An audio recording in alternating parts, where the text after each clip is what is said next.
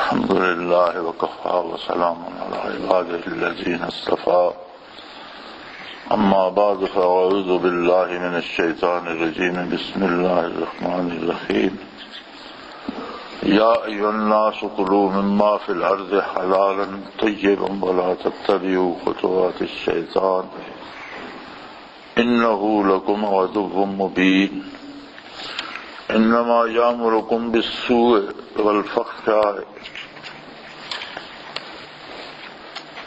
وأن تقولوا على الله ما لا تعلمون وإذا قيل لهم اتبعوا ما أنزل الله قالوا بل نتبع ما ألفينا عليه آباءنا أولو كان آباؤهم لا يأكلون شيئا ولا يهتدون اللهم سبحانك لا علم لنا إلا ما علمتنا إنك أنت العليم الحكيم مولاي صل وسلم دائما أبدا على حبيبك من زانت به الأسر.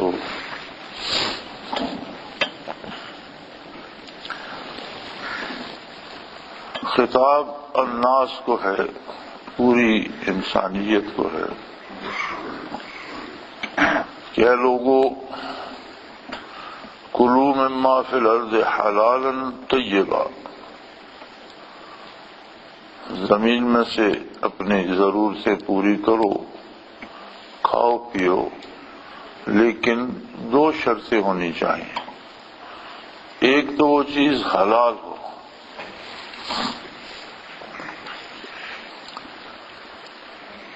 حلال روزی کے لیے معروف ذرائع ہیں، اور روزی کے حرام ہونے کے لیے یہی کافی ہے کہ وہ ان معروف ذرائع سے حاصل نہ ہو. معروف ذرائع ہیں چار. آدمی کھیتی باڑی کرتا ہے، ایک معروف ذریعہ ہے حصول رزق کا.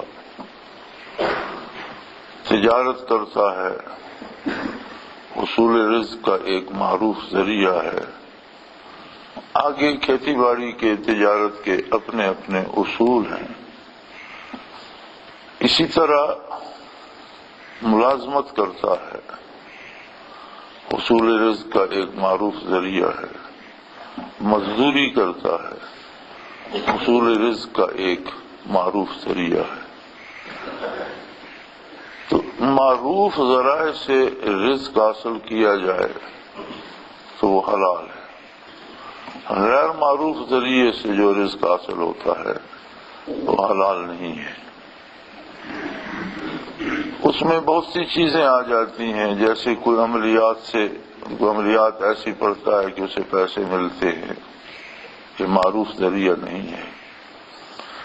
یا کچھ لوگوں کو ایک بڑا عجیب مسئلہ حضرت رحمۃ اللہ تعالی علیہ کے سامنے پیش ہوا کہ یہ کچھ ادویات اور کچھ کیمیکلز ملائے جائیں تو چاندی سے یا پارے سے یا تانبے سے سونا بن جاتا ہے.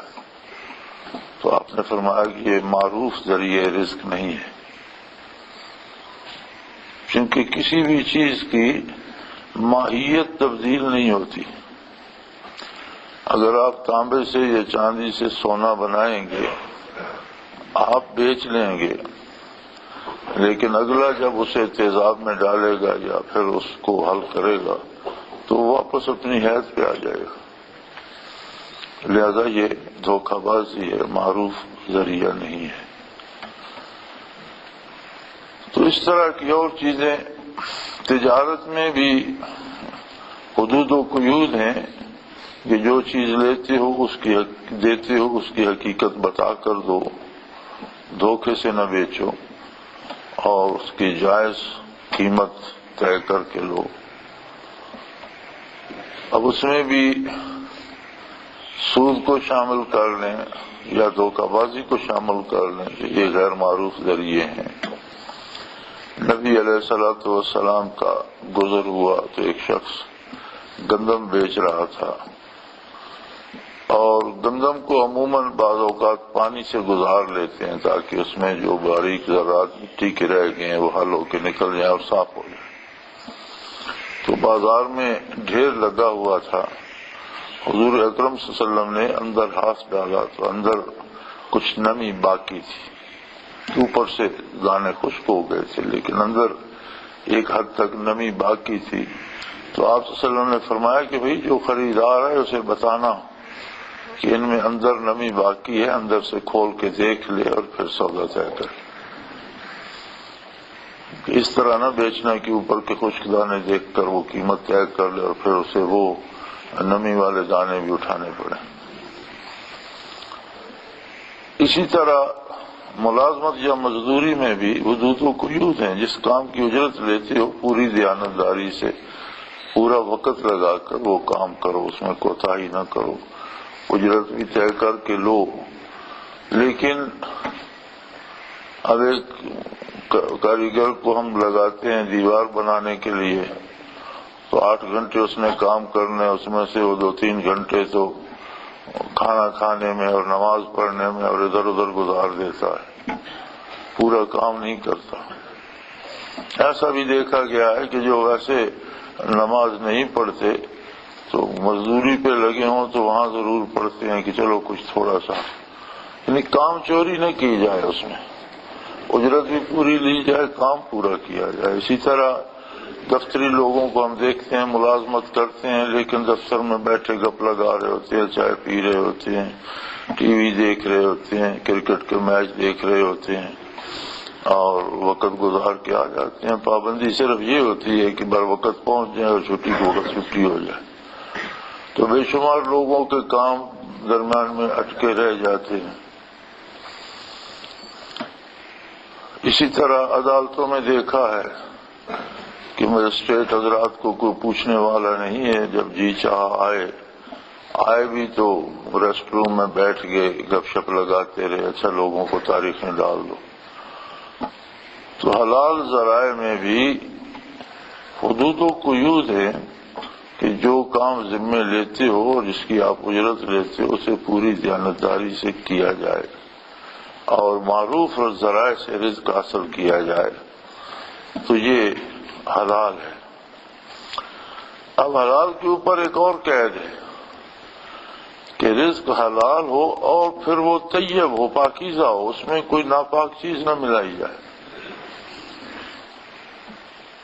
حلال بھی ہو، طیب بھی ہو، پاکیزہ بھی ہو. یہ نہ ہو کہ جس پانی سے آپ آٹا گوندھ رہے یا ہنڈیا بنا رہے ہیں وہ پانی ناپاک ہے تو پھر وہ اس حلال کا کیا فائدہ، اسے بھی اس نے خراب کر دیا. وَلَا تَتَّبِعُوا خُطُوَاتِ الشَّيْطَانِ. خطوات جمع خطوہ کی ہے، خطوہ نقش قدم کو کہتے ہیں. شیطان کے نقوش پا پہ مت چل.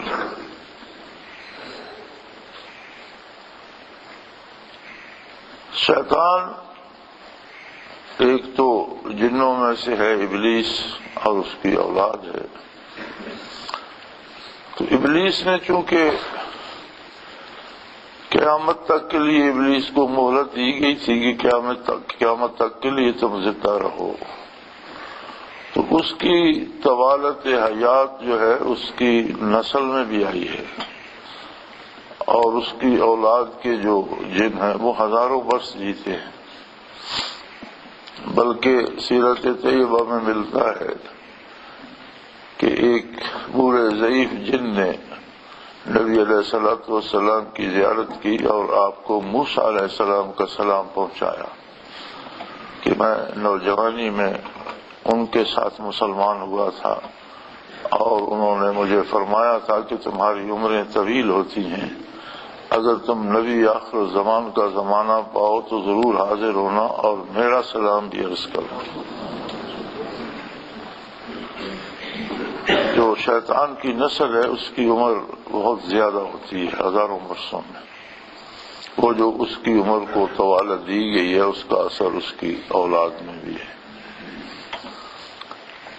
شاہ عبدالعزیز دہلوی رحمۃ اللہ تعالی علیہ لکھتے ہیں کہ میں تابعی ہوں اس لیے کہ میں نے ایک صحابی جن کی زیارت کی ہے. تو وہ فرماتے ہیں کہ مجھے کچھ جن ساتھ لے کے گئے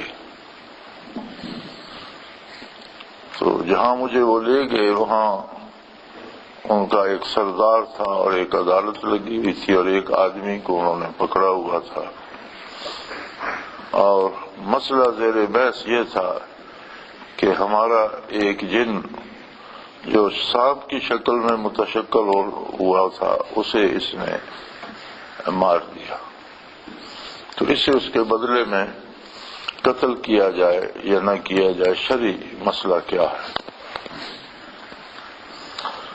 تو لکھتے ہیں کہ میں نے انہیں بتایا کہ عہد نبوی علیہ صاحب الصلاۃ والسلام میں ایک جن کو صحابہ نے مار دیا، ایک صحابی نے مار دیا تھا جو سانپ بن کر ان کے صحن میں گھوم رہا تھا، تو اس کے بدلے میں جنہوں نے اس صحابی کو شہید کر دیا، جوان آدمی تھا۔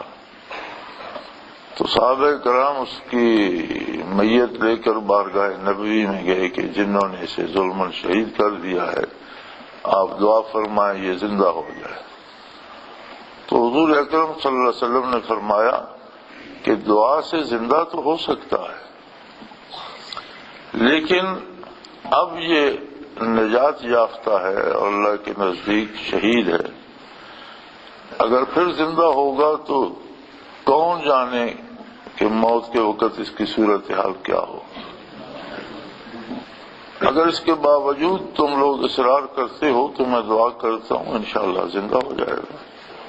تو سب نے عرض کی یا رسول اللہ اگر یہ اپنے مقام پہ پہنچ گیا ہے تو اللہ اسے نصیب کرے، پھر اسے امتحان میں ڈالنا مناسب نہیں ہے۔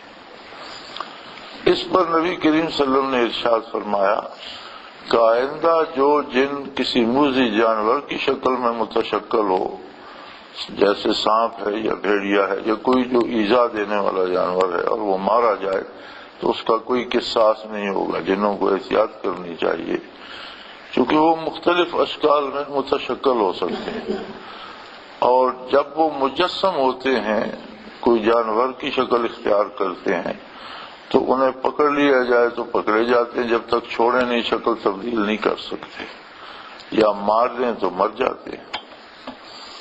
تو فرماتے ہیں میں نے وہ مسئلہ بیان کیا تو ایک بہت بوڑھے جن نے، جس کے پپوٹے بھی نہیں اٹھ رہے تھے، اور اس نے اس طرح سے پکڑ کر آنکھیں کھولی اور مجھے دیکھا اور کہنے لگا اللہ تمہارا بھلا کرے، میرا تو اب حافظہ کام نہیں کرتا، تم نے وہ منظر مجھے دکھا دیا، جس محفل میں یہ فیصلہ ہوا تھا میں موجود تھا، اور میں اس پہ گواہ ہوں کہ یہ حق ہے اور حضور نے ایسا ہی فرمایا تھا۔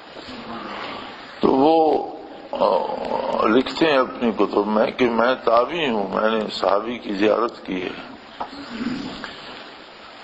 تو اس اعتبار سے شیاطین کی تعداد بہت زیادہ ہے۔ ہم آزاد کشمیر سے باغ سے واپس آ رہے تھے، باغ میں ایک بڑا مارکت الآراء جلسہ تھا، حضرت جی رحمت اللہ تعالی علیہ تشریف لے گئے، میں ہمرکاب تھا۔ آج کل کی طرح کنوینس نہیں ہوتی تھی، مشکل سے ملتی تھی اور بڑا وقت صرف ہوتا تھا، تو پنڈی سے ہم اس باغ کی بس پہ راجہ بازار سے بسیں جاتی تھی بیٹھے، تو واپسی پر چونکہ پہاڑی علاقوں میں یہ جنات کا مرض زیادہ ہے، زمین پر انسانوں سے پہلے جن آباد تھے اور انہیں پہاڑوں کی طرف ہنکا دیا گیا اور زمین خالی کرا لی گئی، تو اب بھی جو طاقتور قسم کے جن ہیں وہ پہاڑی علاقوں میں زیادہ ہیں۔ یہ ہمارا تجربہ ہے، آزاد کشمیر میں دیکھا، گلگت وغیرہ اور چترال کے علاقوں میں دیکھا، تو وہاں بہت بھی ہیں، کثرت میں بھی ہیں اور طاقتور بھی ہیں، بہت بڑے بڑے ہیں۔ تو اس پہ بات چلی تو حضرت فرمانے لگے کہ اس وقت روئے زمین پر جتنی آبادی انسانی ہے تقریباً اس سے 9 گنا زیادہ آبادی جنات کی ہے، چونکہ وہ پہلے سے ہیں۔ پھر جو زمین میں داخل ہوئے تو اب تو وہ ہر ساری زمین پہ بستے ہیں، لیکن اس کے باوجود جو بہت طاقتور لوگ ہیں ان کے وہ ادھر ہی رہتے ہیں پہاڑوں میں۔ جتنی آبادی جنات کی ہے، شیطان کی اولاد جو ہے وہ اس سے کم از کم 9 گنا زیادہ ہے۔ تو اس کا مطلب یہ ہوا کہ ہماری یہ فضا اس مخلوق سے بھری ہوئی ہے، اور ایک ایک بندے کو گمراہ کرنے کے لیے ان کے پاس بے شمار افراد ہیں۔ جنوں کی اکثریت بھی گمراہ ہے، بنیادی طور پر تو مزاج ان کا بھی ناری ہے، اور بہت کم نور ایمان سے بہرور ہیں جو مسلمان ہیں، وہ بہت تھوڑے ہیں، اکثریت جو ہے وہ غیر مسلم ہوتی ہے۔ ایک اور مسئلہ آپ اگر غور فرمائیں تو اس عہد میں بہت عام ہے، اور میں نے یورپ اور مغربی ممالک میں دیکھا ہے کہ وہ لوگ سارا دن کھاتے رہتے ہیں۔ یہ تجربہ ہوا کہ ہم ایک ایئرپورٹ پہ بیٹھے ہیں، وہاں انہوں نے جی بھر کے کھانا کھا لیا، جہاز میں سوار ہوئے تو پھر کھانا ٹائم تھا کھانے کا، کھانا سرو ہوا، وہاں انہوں نے پیٹ بھر کے کھا لیا۔ میرے خیال میں آدھے پونے گھنٹے کی فلائٹ تھی، گھنٹے کی ہوگی، اگلی ایئرپورٹ پہ اترے تو انہوں نے وہاں پھر کھانا کھا لیا۔ تو یہ حیرت ہوتی تھی کہ ایک بندہ 2-3 گھنٹوں میں کس طرح بار بار جتنا کھانا اس کی طلب ہے اتنا پھر کیوں کھا لیتا ہے، یا سارا دن منہ ہلاتے رہیں گے، کچھ نہ کچھ چیز منہ میں ڈالتے رہیں گے، کھاتے رہیں گے۔ تو ہوتا یہ ہے، یہاں ہم اپنے گھروں میں بھی دیکھتے ہیں کہ بندے 3 ہیں، کھانا 10 بندوں کا کھا جاتے ہیں، آٹا دال پورا ہی نہیں ہوتا۔ جنوں کی خوراک ہے، چونکہ یہ ایک غیر مرئی نظر نہ آنے والی مخلوق ہے، تو غذا میں جو انرجی ہوتی ہے، جو طاقت ہوتی ہے، جو نظر نہیں آتی، جو کھانا حل ہونے کے بعد وجود کو ملتی ہے، وہ ان کی غذا ہوتی ہے۔ تو یہ کھانے میں سے وہ جو انرجی ہے، اگر کھانا حرام کا ہے تو پھر انہیں کوئی روکنے والا ہی نہیں، حلال ہے اور اس میں ناپاک مل گیا پھر بھی انہیں کوئی روک نہیں سکتا۔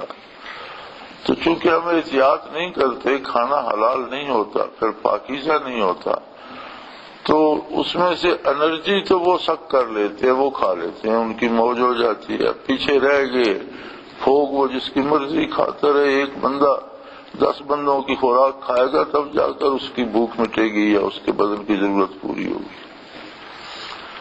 تو جہاں یہ نہیں ہے وہاں اتنا خرچ نہیں ہوتا۔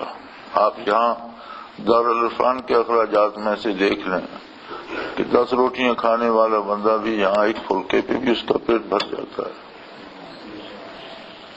اس کی وجہ یہی ہوتی ہے کہ یہ غذا حلال ہوتی ہے اور پاکیزہ ہوتی ہے۔ تو جہاں بھی جس گھر میں بھی اس کا خیال رکھا جائے وہاں غذا کا حاصل بھی ہوتا ہے، تعمیر بدن بھی ہوتی ہے، اخراجات کم ہو جاتے ہیں، اور یہ جنات وغیرہ یہ نہیں کھا سکتے۔ اب یہ جتنے چڑھاوے ہم خانقاہوں پہ چڑھا کر دیگیں پکاتے ہیں اور جتنے وہاں چیزیں کھانے پینے کی چھوڑ آتے ہیں، تو یہ سارا موج میلہ انہی کا ہوتا ہے۔ اور جو ہلاک کو اس کا پابند اور عقیدت مند رکھنے کے لیے کبھی کسی کو ڈرا بھی دیں یا کبھی کسی کو خواب میں بھی دکھائی دے جائیں تو ان کے لیے یہی دلیل کافی ہوتی ہے، وہ ادھر بھاگتے رہتے ہیں۔ تو عموماً دیکھا یہ گیا ہے کہ ایسی خانقاہوں پہ ان کی بڑی آبادیاں ہوتی ہیں، وہاں مفت میں غذا ملتی ہے، حالانکہ ان کے لیے بھی حلال یہ ہے کہ اللہ کریم نے ان کی غذا 2 چیزوں میں منحصر کر دی ہے۔ اجناس جو جانور کھاتے ہیں، تو جانور کے گوبر میں یا جانور کے پیٹ میں اس سے 100% غذائیت نکلتی نہیں ہے، وہ کم و بیش آدھی یا اس سے کم خارج ہو جاتی ہے اس کے گوبر میں، اس میں وہ انرجی موجود ہوتی ہے۔ تو ان کے لیے حلال یہ ہے کہ اس سے انرجی حاصل کریں، یا حلال جانور جو مسلمان کھاتے ہیں اور اس کی وہ ہڈیاں چھوڑ دیتے ہیں تو ان میں انرجی ہوتی ہے باقی. اسی لیے حدیث شریف میں ہڈی سے یا گوبر سے پیشاب صاف کرنا منع ہے کہ یہ دو چیزیں ان کی غذا ہیں اور انہیں خراب نہ کیا جائے. تو ایک تو یہ بے شمار مخلوق ہے، پھر جب آدمی کی غذا بھی حلال نہ ہو اور طیب نہ ہو تو اس میں ان سے دفاع کی استعداد نہیں رہتی، اسے وہ اپنے پیچھے آسانی سے لگا لیتے ہیں. اور جن صرف ابلیس کی اولاد، یا شیطان صرف ابلیس کی اولاد ہی نہیں ہے، جنوں میں جو اس کا ساتھ دیتے ہیں وہ بھی شیطان بن جاتے ہیں، اور انسانوں میں جو اس کا ساتھ دیتے ہیں وہ بھی شیطان بن جاتے ہیں. تو نبی علیہ الصلوۃ والسلام نے فرمایا کہ انسانوں میں سے جو شیطان بن جاتے ہیں وہ اس شیطان سے جو ابلیس سے زیادہ خطرناک ہے، کہ وہ دل میں خیال ڈال سکتا ہے، اس سے کچھ زیادہ کچھ نہیں کر سکتا، آپ کو ہاتھ پکڑ کر کہیں نہیں لے جا سکتا. لیکن انسان جو شیطان بن جاتا ہے یہ آپ سے بحث بھی کرتا ہے، آپ کو قائل کرنے کی کوشش بھی کرتا ہے، زبردستی پکڑ کر کہیں لے بھی جاتا ہے، کہیں زبردستی حرام کھلا بھی دیتا ہے. تو انسانوں میں سے جو شیطان بن جاتے ہیں وہ ان شیطانوں سے زیادہ خطرناک ہیں جو جنوں میں سے ہیں. تو یہ ایک بہت بڑی مصیبت ہے کہ انسان کو سبز باغ دکھا کر، بہلا پھسلا کر، دنیاوی فوائد دکھا کر، دنیاوی لذتیں دکھا کر اس میں مبتلا کر دیتے ہیں. تو اس کا بنیادی حل اللہ کریم نے یہ فرمایا کہ کلوا مما فی الارض، جو کچھ زمین میں ہے کھاؤ، تمہارے لیے ہے. خلق لکم ما فی الارض جمیعا، زمین میں جو کچھ پیدا کیا سب تمہارے لیے ہے. لیکن دو باتیں یاد رکھو، ایک تو وہ چیز فی نفس ہی حلال ہو، اور آپ کا اس چیز کو حاصل کرنے کا طریقہ بھی حلال ہو. ایک تو چیز حلال ہو، اگر ایک چیز ہی حرام ہے تو اسے آپ حلال طریقے سے کیا حاصل کریں گے؟ مردار جانور ہے یا حرام جانور ہے، آپ اسے جائز پیسوں سے بھی خریدیں گے تو وہ حلال تو نہیں ہو جائے گا. چیز بھی حلال ہو اور اس کے حصول کا طریقہ بھی حلال ہو، اس کے بعد اسے طیب پاکیزگی سے کھائیں، اس میں پھر کوئی ناپاکی شامل نہ کر دیں، کوئی پلیدی شامل نہ کر دیں، کوئی پانی اس طرح کا اس میں شامل کر دیں، یا ایک آدمی ہے باورچی ہے پکاتا ہے، اس پہ غسل واجب ہے، اس نے غسل ہی نہیں کیا تو پاکیزگی کہاں سے آئے گی؟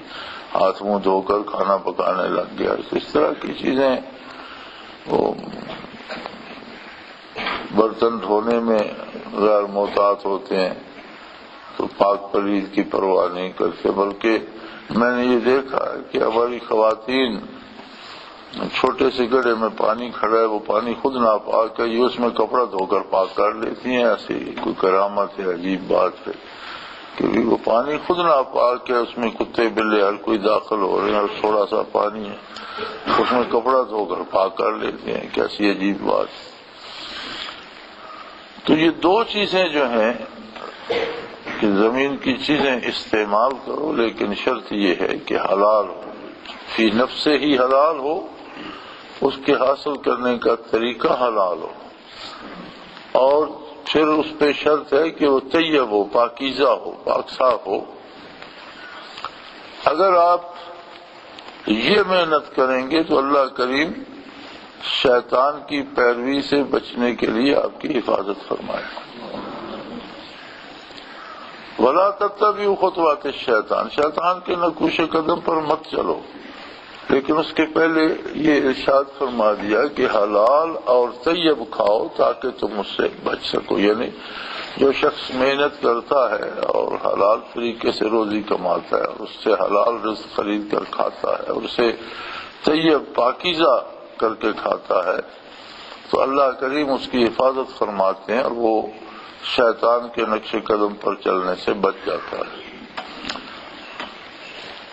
اس لیے کہ شیطان جو ہے انہ لکم عدو مبین، وہ تمہارا کھلا کھلا دشمن ہے، انسان کا دشمن ہے۔ اسے دوستی مسلمان سے تو دشمنی ہے ہی، دوستی کافر سے بھی نہیں ہے۔ اس لیے یہ حکم دیا جا رہا ہے یا ایھا الناس، ساری اولاد آدم کو، کہ اگر کوئی نور اسلام سے بہرہور نہیں ہے تو وہ تو شیطان کی گود میں بیٹھا ہے، لیکن اگر وہ بھی یہ کوشش کرے کہ جائز وسائل سے حلال روزی حاصل کرے اور اسے پاکیزہ کر کے کھائے تو عین ممکن ہے کہ اللہ کریم اسے شیطان کے چنگل سے نجات دے دیں اور اسے نور ایمان نصیب ہو جائے۔ اور جو پہلے سے مومن ہے، جس کے پاس نور ایمان ہے، اس کے نور ایمان میں مزید ترقی ہو اور اللہ کریم اسے شیطان کی پیروی سے بچائے اور اسے مزید قرب الہی حاصل ہو۔ اس لیے کہ شیطان انسان کا ازلی دشمن ہے، وہ کسی کی بھی بہتری نہیں چاہتا۔ اب یہ کیسے پتہ چلے کہ ہم شیطان کے پیچھے چل رہے ہیں؟ تو فرمایا اس کی نشانی یہ ہے کہ شیطان تمہیں انما یامرکم بالسوء والفحشاء، شیطان تمہیں پہلے برائی پہ لگاتا ہے، جہاں ملازمت کر رہے ہو وہاں سے چوری کر لو، جو چیز خرید رہے ہو اسے پیسے تھوڑے دو یا نہ دو یا دھوکے سے خرید رہے ہو، جو بیچ رہے ہو اس پر زیادہ پیسے لے لو اور دھوکے سے بیچ دو۔ پہلے برائی کا حکم دیتا ہے، اگر آدمی برائی میں مبتلا ہو جائے تو پھر فحاشی کی طرف لے جاتا ہے۔ ہر گناہ حیا کو ختم کرتا ہے اور بے حیائی کو جنم دیتا ہے۔ تو شیطان کا طریقہ واردات یہ ہے کہ پہلے وہ برائی کراتا ہے۔ تو یہ اللہ کریم نے ایک نشانی بتا دی کہ جنہیں حلال اور طیب کھانے کو بتایا ہے وہ یہ دیکھیں کہ کہیں وہ برائی میں مبتلا تو نہیں ہو رہے، اگر ایسی بات ہے تو توبہ کرے، رجوع اللہ کرے، واپس آئے۔ اگر برائی میں ملوث ہوگا تو آگے اسے شیطان بے حیائی میں لے جائے گا، پھر وہ ایسے امور کا مرتکب ہوگا جو حیا کے خلاف ہیں، اور اگر یہ بھی اس نے برداشت کر لیا اور اس میں مبتلا ہو گیا تو پھر وہ کفر کی طرف لے جائے گا۔ ان تقولوا علی اللہ ما لا تعلمون، پھر اللہ کے بارے تم ایسی باتیں کرنے لگو گے جن کا کسی علم سے کوئی تعلق نہیں ہے، جو تم نہیں جانتے۔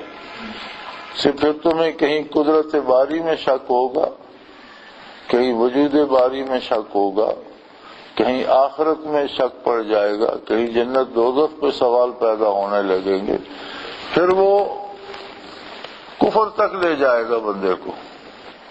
تو اس سے بچنے کے لیے بنیادی بات یہ ہے کہ آپ شروع سے ہی حصول رزق کے معاملات میں ہی محتاج ہو جائیں، حلال روزی کمائیں، حلال طریقے سے کمائیں اور اسے پاک صاف پاکیزہ کھائیں۔ تو جو لوگ اس میں گرفتار ہو جاتے ہیں، وَإِذَا قِيلَ لَهُمُ اتَّبِعُوا مَا أَنزَلَ اللَّهُ، جب ان سے کہا جائے کہ جو اللہ نے نازل فرمایا ہے، جو دین برحق ہے، جو محمد رسول اللہ صلی اللہ علیہ وسلم نے پہنچایا ہے، اس کے مطابق کام کرو، تو کہتے قالوا بل نتبع ما الفینا علیہ آباءنا، یار آج تک ہمارا باپ دادا جس طرح کرتا آیا ہم اس طرح کیسے نہ کریں۔ کفار سے آپ بات کرو تو وہ کہتے ہیں صدیوں سے ہمارے پاس یہ دین آ رہا ہے اور یہ ہمارا دین ہے، ہم اسی کو حق سمجھتے ہیں، ہماری کتنی نسلیں اس پر عمل کرتے گزر گئیں۔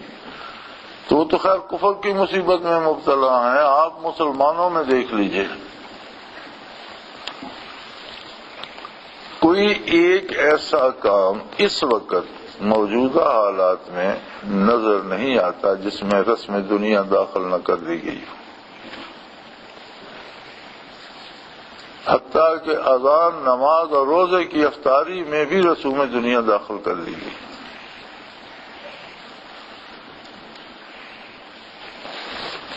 یہاں میں دیکھتا ہوں منارہ ایک چھوٹا سا گاؤں ہے،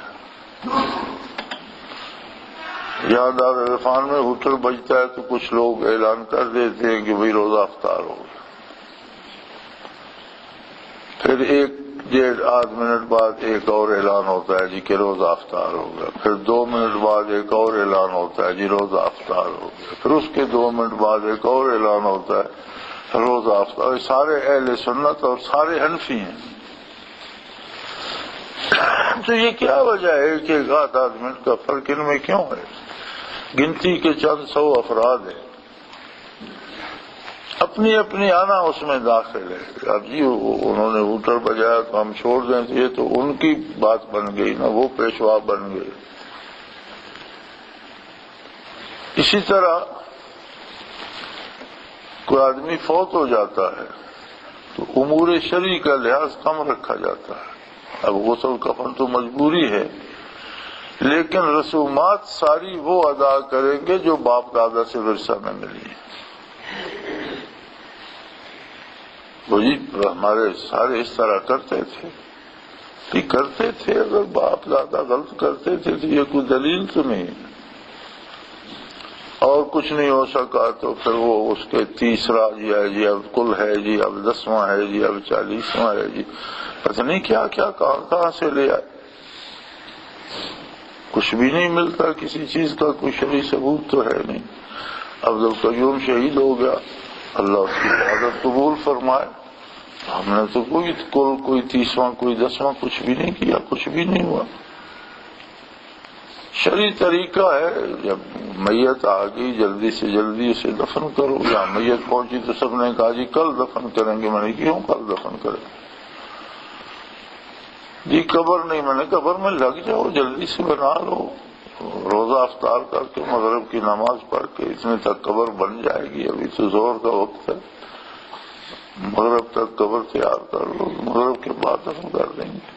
قبر کا ہی انتظار کرنا ہے نا، اب یہ ضروری تو نہیں ہے کہ میت کو رات بھر رکھنے سے کیا ہوگا، جبکہ حکم شرعی ہے کہ جتنا جلدی ممکن ہو دفن کیا جائے۔ تو افطاری اور مغرب کی نماز کے بعد جنازہ ہوا اور عشاء سے پہلے دفن ہوا۔ دفن میں بھی کتنی رسومات ہیں، یہاں یہ کیا جائے یا وہ، اس کا کوئی شرعی ثبوت نہیں ملتا۔ شادی میں کتنی رسومات ہیں جن کی کوئی شرعی دلیل نہیں ملتی، تو اس پہ دلیل کیا ہوتی ہے؟ تو جی اسی طرح سے تو ہوتا آ رہا ہے، سارے باپ دادا سے، اب ہم نہیں کریں گے تو ناک کٹ جائے گی۔ وہ کون سی ناک ہے بھی جو شریعت پر عمل کرنے سے کٹتی ہے؟ اس کا بچانا صحیح نہیں ہے، اس کا کٹانا ہی صحیح ہے۔ اگر شریعت پر اور سنت پر عمل کرنے سے ناک کٹتی ہے تو اس کا کٹ جانا ہی بہتر ہے، کہ ناک کے بغیر گزارا ہو سکتا ہے لیکن شریعت کے بغیر گزارا ممکن نہیں ہے۔ تو اس طرح کی رسومات مسلمانوں میں بھی عام آ گئی ہیں۔ وَإِذَا قِيلَ لَهُمُ اتَّبِعُوا مَا أَنزَلَ اللَّهُ، جو کچھ اللہ نے نازل کیا ہے۔ اب جو اذان محمد الرسول اللہ صلی اللہ علیہ وسلم نے جس کا حکم دیا، اور پچھلی 14 صدیوں میں وہی اذان ہوتی رہی، اب 15ویں صدی میں آ کر اس کے ساتھ پتہ نہیں کیا کیا شامل ہو گیا، اور مؤذن کی مرضی ہے، ہر مسجد کا مؤذن اپنی مرضی سے اس میں جو چاہے آگے پیچھے لگا لے، کوئی چیز اس میں مستقل بھی نہیں ہے۔ صحابہ کی اذان ہوتی رہی، تابعین تبع تابعین کی ہوتی رہی، 1400 سال مسلمانوں کی ہوتی رہی، اب اس میں آپ نے اضافے کیوں شروع کر دیے ہیں؟ وہ جی بس جو نہیں کریں گے، جو نہیں کرتا وہ وہابی ہے، وہ منکر ہے، وہ توہین رسالت کا مرتکب ہے، جو نافرمانی کر رہا ہے یہ خود مرتکب نہیں ہے، اور جو حضور کے حکم کے مطابق کر رہا ہے وہ نافرمان ہے۔ یہ کیسی عجیب بات ہو گئی۔ یہ چیزیں کیوں آتی ہیں؟ حرام کھانے سے ناپاک کھانے سے انسان شیطانوں کے پیچھے چل پڑتا ہے اور شیطان اسے برائی میں مبتلا کرتا ہے، پھر دین سے ہٹانے کے لیے دین میں بدعت کو رواج دیتا ہے،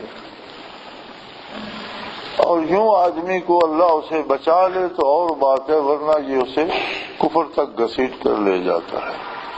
وَإِذَا قِيلَ لَهُمُ اتَّبِعُوا مَا أَنزَلَ اللَّهُ قَالُوا بَلْ نَتَّبِعُ مَا أَلْفَيْنَا عَلَيْهِ آبَاءَنَا أَوَلَوْ كَانَ آبَاؤُهُمْ لَا يَأْكُلُونَ شَيْئًا وَلَا يَهْتَدُونَ۔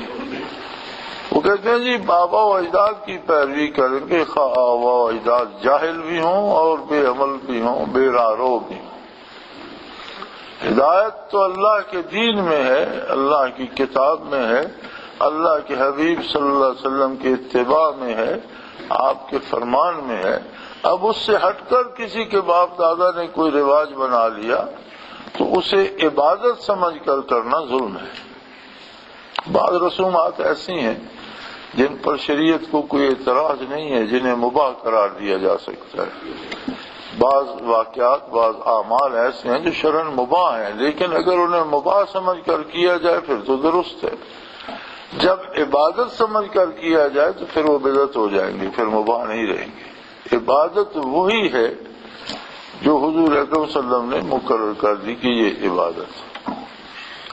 تو ہمارے رواجات جو بعض مباحات بھی ہیں انہیں اگر عبادت کا درجہ دے دیا جائے تو وہ بدعت بڑھ جائے گی اور ظلم ہوگا۔ ہر بدعت گمراہی ہے اور ہر گمراہی کا انجام جہنم ہے۔ کل بدعت ضلالہ وکل ضلالۃ فی النار۔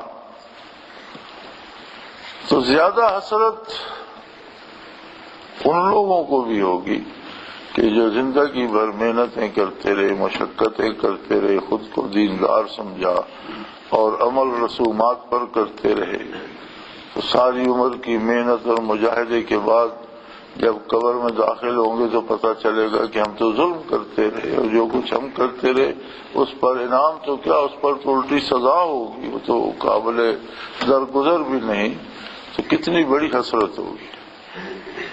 لہذا زندگی کی سانسوں کو اللہ کریم نے پوری زندگی کے لیے یہ نسخہ بتا دیا ہے کہ رزق حلال کھاؤ اور طیب کھاؤ۔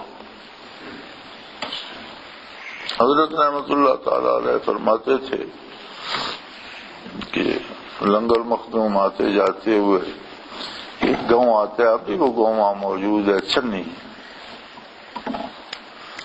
تو اس وقت تو کنوینس کا یہ حال نہیں تھا اور بڑی مشکل سے سواری ملتی تھی، کہیں بس کہیں ٹانگا کہیں اس طرح، تو وہاں سے پیدل پھر لنگر مخدوم جاتے تھے۔ سڑک پر اترنے سے پہلے وہ گاؤں آتا ہے، تو مجھے وہاں شام ہو گئی تو لوگوں نے کہا جی آپ ٹھہر جائیں اور صبح چلے جائیے گا، ہم آپ کے کھانے کا انتظام کرتے ہیں۔ تو آپ فرماتے تھے کہ میں نے کہا بھائی کھانا تو میں کھا لوں گا، لیکن میری ایک شرط ہے کہ نمازی عورت کے ہاتھ کا پکا ہوا۔ اب جو نماز ادا نہیں کرتی اس کا ہاتھ طیب کہاں ہوگا اور اس کے ہاتھ کا پکا ہوا پاکیزہ کہاں ہوگا؟ تو کسی نمازی عورت کے ہاتھ کا پکا ہوا۔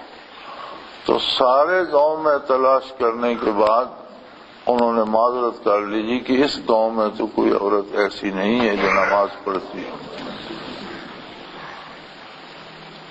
تو فرماتے تھے کہ میں نے کہا پھر ایسا کرو کہ جو نمازی مرد دودھ نکالتے ہیں مجھے کسی بھینس کا دودھ تھوڑا سا دے دو، اس پہ میں گزارا کر لوں۔ تو کھانے میں حلال ہو، ایک چیز فی نفس سے ہی حلال ہو، پھر اس کے حصول کا طریقہ حلال اور جائز ہو، اور پھر اسے پاکیزہ رکھ کر کھایا جائے، اس میں ناپاکی شامل نہ ہو، تو یہ چیز شیطان کی پیروی سے بچانے کا بہترین نسخہ ہے۔ اور اگر کوئی شیطان کی پیروی میں پھنس گیا تو وہ برائی کا حکم دے گا، برائی میں مبتلا ہو گیا تو پھر بے حیائی کا حکم دے گا، بے حیائی میں مبتلا ہو گیا تو پھر اس کے منہ سے ایسے کلمات نکلوائے گا اللہ کی ذات کے بارے، نبی کریم صلی اللہ علیہ وسلم کے بارے، دین کے بارے، کہ جو جہالت ہوں گے، جو وہ نہیں جانتا، یعنی اسے کفر تک پہنچائے گا۔ اور لوگوں کا یہ عالم ہے کہ جو غلط رواج بھی اپنا لیتے ہیں، یا کفار کا یہ عالم ہے کہ جو انہوں نے دین کے نام پر بے دینی جمع کر رکھی ہے، ان سے کہا جائے کہ جو اللہ نے نازل کیا ہے اس کی پیروی کرو، تو ان کا جواب یہ ہوتا ہے کہ آج تک باپ دادا جو کرتے رہے ہم وہ کریں گے، کیا وہ سارے غلط تھے اور تم صحیح ہو؟ ہمارے باپ دادا سارے جو کرتے تھے وہ غلط کرتے تھے اور تم آج صحیح آ گئے اور تمہیں پتہ چل گیا ہے، وہی بات ماننے کو تیار ہوتے۔ حالانکہ فرمایا وَلَوْ كَانَ آبَاؤُهُمْ لَا يَأْكُلُونَ شَيْئًا وَلَا يَهْتَدُونَ، حالانکہ ان کے باپ دادا ایسے جاہل ہوں کہ کسی چیز کی انہیں خبر بھی نہ ہو اور نہ ہی وہ ہدایت پر ہوں۔ اگر باپ دادا ہدایت پر ہوں تو پیروی تو پھر تو ہدایت کی پیروی ہوئی، باپ دادا کی پیروی تو نہیں ہے، وہ تو ہدایت اللہ کی ہدایت کی پیروی ہے۔ اور دین ہے ہی توارث، ہم پہلوں کی پیروی میں کرتے ہیں سارے کام، لیکن شرط یہ ہے کہ وہ باعقل ہوں اور ہدایت پر ہوں، بے وقوف یا جاہل اور گمراہ نہ ہوں۔ وآخر دعوانا الحمد للہ رب العالمین۔